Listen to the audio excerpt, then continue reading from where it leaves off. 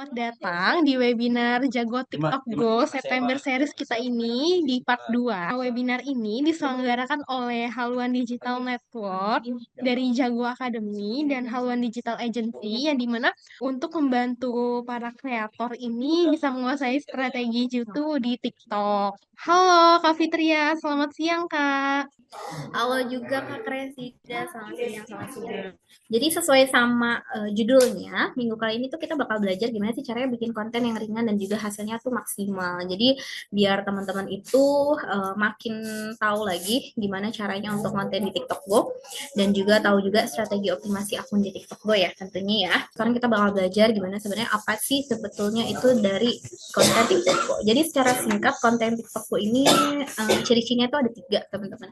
Jadi dia tuh konten yang memang singkat tapi menjual, dan menjualnya tuh apa? Menjualnya tuh bentuk video aja. Karena kalian adalah konten kreator yang harus mempromosikan video yang dimana kalian tuh jual suatu produk, tapi produknya itu berupa merchant, berupa hotel ya. Jadi kontennya tuh biasanya singkat, terus juga sederhana. Dan ini tuh gampang sebenarnya bisa dibuat cepat gitu ya. Konten TikTok gue ini sebenarnya didesain biar kreator tuh nggak perlu repot untuk produksi yang berat, tapi tetap punya potensi untuk menjangkau audiens yang luas gitu. Jadi kalau misalnya teman-teman perhatiin juga, konten-konten TikTok Go itu memang adalah konten-konten yang sebenarnya bentuk videonya itu nggak padat gitu. Memang konten TikTok Go itu mengandalkan storytelling yang singkat, hooknya cepat, tapi tetap ada engagement atau interaksi yang ringan. Sih, pokoknya kalian kalau misalnya mau ngajakin ngedate tuh mendingan kesini aja karena nggak akan malu sama sekali, dan kalian harus banget cek voucher TikTok di kiri bawah gue. Karena di situ tuh benar-benar best deal banget guys. Lihat deh, ini tuh benar-benar harganya cuma 49.000 doang. Karena kalau misalnya kalian beli langsung ke sana harganya tuh segini. Jadi gak malu kalau kita mau ngedate dengan harga murah. Sekarang lagi ada voucher gede-gedean loh guys diskonnya. Bayangin aja 3 set menu ini harganya cuma 119.000 loh guys. Benar-benar jadinya hemat banget, dan kalian tuh makannya udah kenyang loh guys karena ini tuh udah lengkap gitu. Tapi walaupun lagi promo kayak gini, kualitasnya tuh masih tetap bagus loh guys. Pokoknya kalau kalian misalnya mau ngedate ataupun mau traktir crush kalian, ini tuh benar-benar worth it banget loh guys. Atau buat kalian yang mau traktir teman-teman, ini juga benar-benar worth it banget. Pokoknya gak malu-maluin deh guys, langsung aja cek location gue di bawah karena di sana ada voucher hanya untuk kalian. Itu ya teman-teman, ini contoh untuk konten-konten TikTokku. Sebenarnya masih banyak lagi tipe konten TikTokku itu, jadi nggak harus yang seperti ini, tapi mostly paling banyak itu bentukannya seperti ini. Jadi emang di awalnya itu langsung dikasih tahu, terus di endingnya itu langsung disuruh beli gitu, ada panggilan ajakan untuk membelinya. Ini ada beberapa hal yang teman-teman harus ketahui dalam membuat konten TikTokku. Jadi perhatian audiens itu makin pendek. Rata-rata orang di TikTok cuma butuh lebih atau kurang dari 3 detik aja untuk memutuskan ini dia mau nonton lagi atau langsung skip aja. Ini yang seperti aku bilang, algoritma itu mengutamakan audiens yang menonton sampai habis, karena penting banget orang yang nonton videonya teman-teman sampai habis. Kalau bisa mah diulang-ulang ya, diulang-ulang lebih bagus gitu. Jadi orang tuh stay di videonya teman-teman tuh dalam waktu yang lama. Konten itu adalah alat pemasarannya teman-teman gitu. Gak cuma sekadar hiburan. Jadi memang kan fokusnya ya kita konten memang gitu, tapi dari konten itu harus ada sesuatunya, yaitu ibaratnya cuannya lah ya. Nah, di mana teman-teman kan kalau misalnya bikin TikTok itu ya berharapnya dapat apa? Dapat cuan dong. Terus juga teman-teman harus fokus pada experience dan juga storytelling. Jadi nggak cuma hard selling-nya aja. Memang hard selling dibutuhkan, tapi tetap balik lagi kan kontennya teman-teman ini adalah konten-konten yang menjual merchant, menjual berhotel dan juga atraksi, ya kan. Jadi tetap harus fokus juga sama videonya tuh berupa storytellingnya pas, terus juga experience apa sih yang bisa teman-teman tawarkan ke audiens ketika audiens itu nonton videonya teman-teman. Lalu teman-teman juga harus yang namanya memahami gitu, kalau misalnya penonton itu butuh alasan emosional dan juga rasional untuk membeli sesuatu dan juga ngeklik sesuatu gitu. Jadi emang harus ditanamkan di situ buat semenarik mungkin si konten kita, biar emang orang itu tuh beli. Kan niat awal orang yang main TikTok tuh sebenarnya nggak pengen beli sesuatu teman-teman, tapi kita sebagai kreator TikTok, baik itu affiliate, baik itu TikTok Go, adalah orang-orang yang dimana harus meracuni mereka apapun yang terjadi. Ini kita bakal bahas yang namanya rumus sederhana. Hanya itu ya hook. Hook itu ya 3 detiknya itu. Jadi tarik perhatian audiens di 3 detik pertamanya teman-teman. Lalu yang kedua, outcome itu teman-teman harus menunjukkan hasil akhir atau inti dari kontennya. Yang udah aku bilang isinya tuh jangan terlalu rame, jangan terlalu panjang gitu, dibuat padat aja, dibuat intinya aja gitu. Jadi hasilnya itu lebih bagus gitu. Hasilnya juga bakal kelihatan lah ya kalau misalnya videonya teman-teman buat secara ringkas tapi jelas gitu. Ini yang aku jelasin juga tadi, prosesnya harus lebih ringkas lagi. Jadi jangan terlalu menaruh banyak something di videonya teman-teman gitu. Dan yang E-nya udah jelas ya, engagement. Ini buat apa sih sebenarnya? Ya bikin akunnya teman-teman tuh lebih ke notice aja sih sama algoritmanya TikTok. Biar makanya itu kenapa harus banyak-banyak ngajak audiens untuk berinteraksi di videonya teman-teman atau di live-nya teman-teman, ya itu harus banget gitu. Terus kita next lagi nih ke psikologi audiens di konten TikTokku. Jadi sebenarnya gimana sih mindset orang-orang audiens yang ada di TikTok gue tuh kalau ngelihat konten TikTok gue gitu. Jadi satu ya teman-teman tuh harus ngasih yang namanya FOMO atau audiens tuh nggak pengen yang namanya ketinggalan tips atau tren yang lagi naik gitu. Jadi kasih bumbu-bumbu kekhawatiran biar kalau kamu nggak ikut ini, kalau kamu nggak beli ini tuh nanti kamu ketinggalan gitu. Pertama hashtag dan juga algoritma TikTok gitu. Jadi perlu gunain hashtag yang spesifik ya.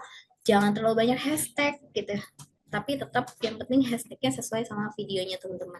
Terus harus yang namanya cantumin ya di caption atau misalnya audionya pakai yang lagi tren gitu ya. Jadi kan TikTok juga sekarang SEO-nya sebenarnya ngelihat dari sound juga. Jadi harus memanfaatkan selagi soundnya komersil, terus juga nggak ada copyrightnya gitu-gitu ya, nggak apa-apa sih. Jadi tetap harus menggunakan hashtag dan juga sesuatu yang tren di TikTok itu dengan pintar memanfaatkan gimana di-combine jadi satu dari segi caption, dari segi hashtag, terus dari segi musiknya. Karena kamu jualannya itu merchant yang dimana itu kan keranjangnya tuh jatuhnya keranjang hijau ya. Tagnya tuh tag lokasi yang warna hijau. Jadi memang ini harus digunakan dimanapun teman-teman bikin konten TikTokku. Harus sertakan si lokasinya. Dari segi durasi juga teman-teman harus yang namanya tahu ya durasi yang bagus tuh gimana dan seperti apa gitu. Wajib untuk tambahin lokasi biar mempermudah audiens.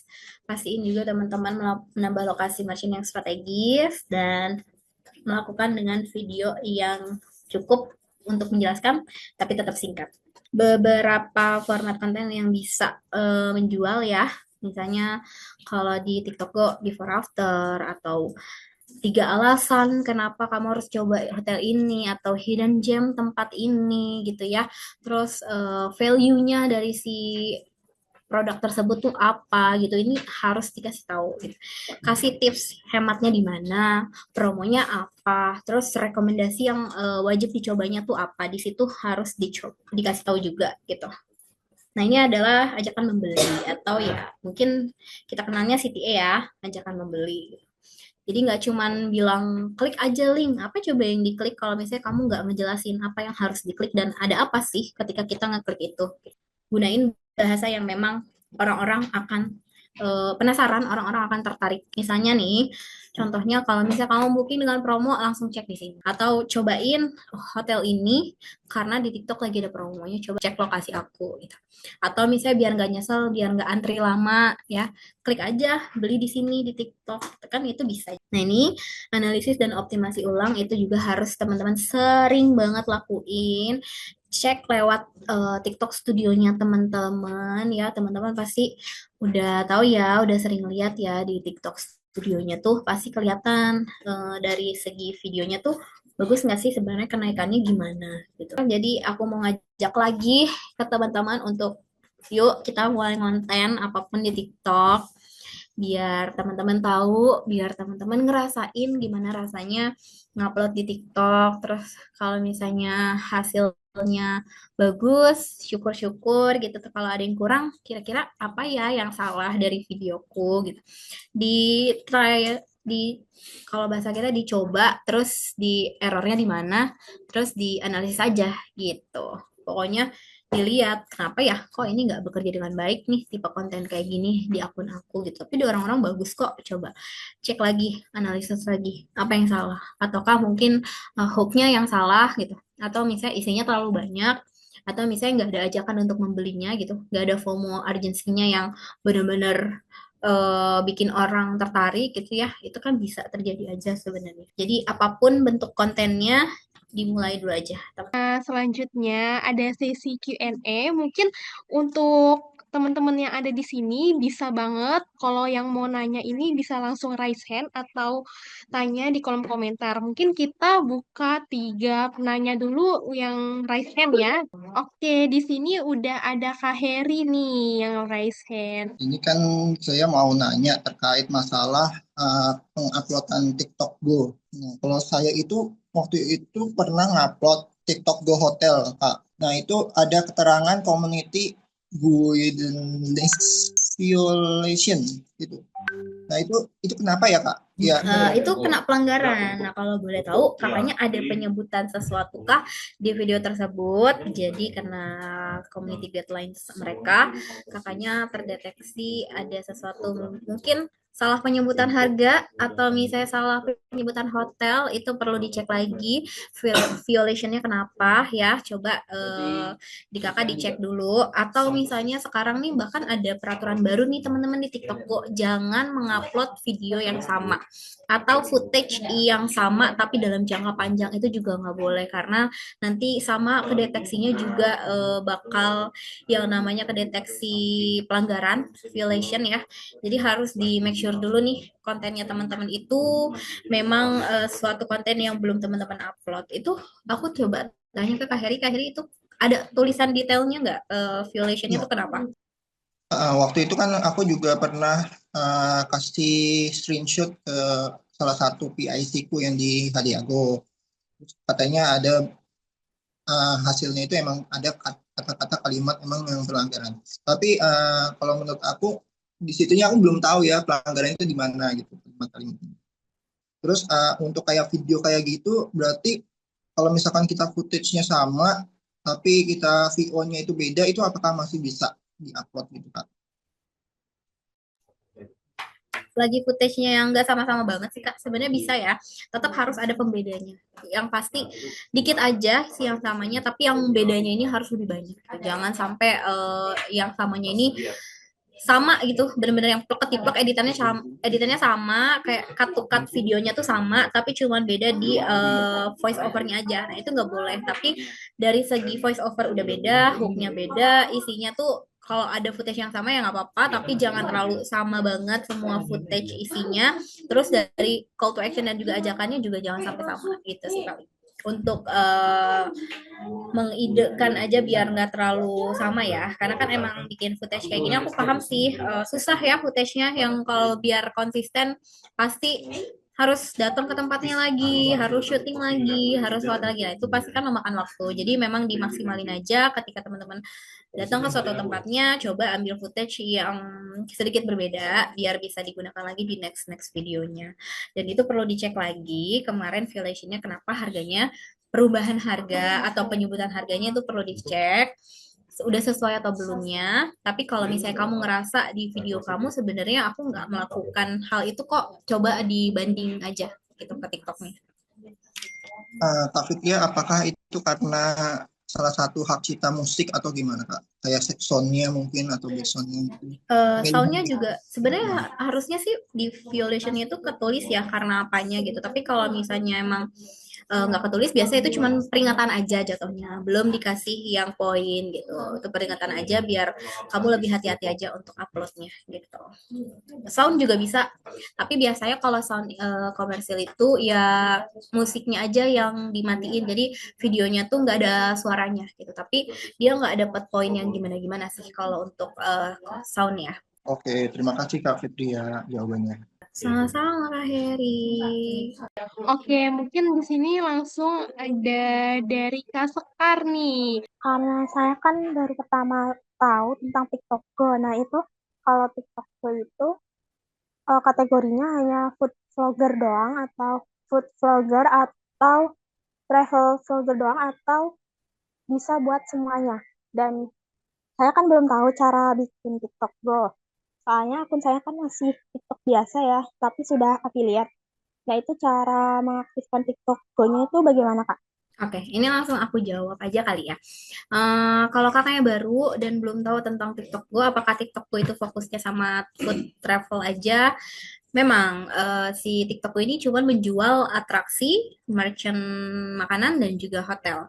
Jadi memang fokusnya itu di situ. Beda dengan affiliate. Kalau misalnya kakak tanya, bisa nggak sih nanti dicampur produknya yang lain-lain? Sebetulnya affiliate TikTokku dan affiliate produk itu di satu akun, kalau mau aktifin dua-duanya ya bisa aja sih sebetulnya. Cuma kan balik lagi ya, kakaknya mau fokusnya tuh ke yang mana. Tapi kalau TikTok gue sendiri memang dia khusus untuk jual voucher makanan, voucher hotel, sama voucher-voucher kayak tempat wisata gitu. Jadi memang nanti dapat GMV dan juga dapat komisinya tuh dari hasil penjualan voucher itu. Gitu sih Kak. Untuk aktifinnya sebenarnya ada di TikTok Studio kamu dan itu yang pas syarat utamanya itu adalah followersnya harus 1.000, terus akunnya juga sehat, nggak pernah kena pelanggaran apapun di TikTok gitu ya. Sama kamu tuh kalau misalnya dari monetisasi TikToknya TikTok Go-nya belum ada, itu upload dulu 3 sampai 5 video yang menggunakan tag lokasi. Jadi nanti di monetisasinya itu ada fitur TikTok Go-nya muncul gitu. Kalau misalnya udah muncul ya udah tinggal diaktifin aja kok. As long as teman-teman udah punya 1.000 followers gitu. Jadi gini Kak, misal kalau kita udah ngupload nih 3, misalkan bikin baru kan akunnya, terus kita daftarin tuh TikTok Go, nah udah 1.000 followers, nah itu kan upload dulu konten-konten kita. Nah itu perlu ada kolaborasi dari pihak, misalnya dari pihak hotel atau apapun atau bagaimana. Oke, ini juga aku bantu jawab ya. Pasti kita modal dulu. Kalau misalnya nggak mau keluar banyak modal di awal, ya teman-teman beli aja merchant-merchant yang lagi naik tuh kayak kemarin KFC, Domino's gitu-gitu kan masih bisa kita jangkau ya. Beda sama hotel yang nggak bisa yang kita tiap hari datengin gitu. Nah, itulah kenapa ada agensi sebenarnya. Jadi agensi ini adalah bisa jadi ininya tempatnya teman-teman untuk dapat kolaborasi seperti itu. Cuman memang akan ada lagi syarat dan ketentuannya ketika teman-teman mendapatkan hotel atau atraksi gitu. Beda dengan voucher makan ya. Kalau voucher makan pasti akan dapat aja gitu. Makanya itu teman-teman harus maksimalin dulu kontennya, bagusin kontennya. Pasti kok kayak gitu. Dan kalau misalnya emang mau dibantu banget gitu ya, sama agensi aja. Teman-teman join agensi manapun gitu ya. Paling bagus sih Hadi Ago sih. Jangan lupa masuk Hadiago. Nanti tanyain aja biasanya di agensi itu ada campaign dengan brandnya, dengan merchantnya gitu ya. Jadi ketika mereka punya campaign itu, terus mereka udah ada list nama-nama kreatornya, tinggal dikasih aja, udah nanti tinggal pergi gitu sebenarnya. Tapi kalau emang mau mandiri sendiri gitu ya, ya udah beli dulu pakai modal kita sih. Nah, kalau misalnya kita udah bikin konten tentang travel itu ya kayak misal kita jual tiket gitu. Nah, kita tahunya kalau konten kita berhasil dan produk itu terjual tuh bagaimana? Nah, langsung aku jawab juga ya. Ada kok Kak, kayak kalau misalnya di affiliate itu kan ada pusat afiliasinya ya. Sama, di TikTok gue juga kayak ada pusat hasil kitanya itu, baik itu videonya, baik itu penjualan komisi GMV dan lain-lainnya. Itu biasanya kalau misalnya akun kakaknya sudah aktif TikTok Go, kita bisa lihat di tools itu kok. Jadi sebenarnya nanti bakal kelihatan juga GMV-nya tuh dapat dari video yang mana, merchant-nya apa, itu nanti bakal ketahuan gitu Kak Sekar. Kalau boleh tahu Kak Sekar udah aktif kah TikTok Go-nya? Belum, Kak. Soalnya mau buat gitu. Kan udah 1.000 followers, tapi belum diaktifin ke TikTok Go-nya gitu. Coba diaktifin dulu aja Kak. Abis itu kalau emang si dimonetisasinya itu nggak ada TikTok Go-nya gitu ya, nggak ada buat ngaktifin TikTok Go, upload dulu aja video menggunakan tag lokasi apapun. Videonya pokoknya pakai lokasi gitu. Oke, mungkin kita lanjut ke penanya selanjutnya ya, karena di sini masih ada yang raise hand, yaitu dari Kak Ade Kori dulu mungkin ya. Kebetulan kan aku sering bikin video kayak Domino's Pizza sama KFC, Kak. Nah, kebetulan suka ada yang komen kayak pro dan kontra gitu, Kak. Maaf sebutnya ya. Nah, ini lebih baik kita jawab di komen aja, kita balas lagi. Atau ya udah kita diemin aja atau gimana gitu, Kak. Soalnya setiap aku posting di antara mungkin yang kayak Domino's Pizza atau mungkin KFC itu pasti ada aja yang komennya Kak. Itu aja sih dari saya. Makasih banyak Kak. Oke, sebenarnya emang banyak sih Kak gitu.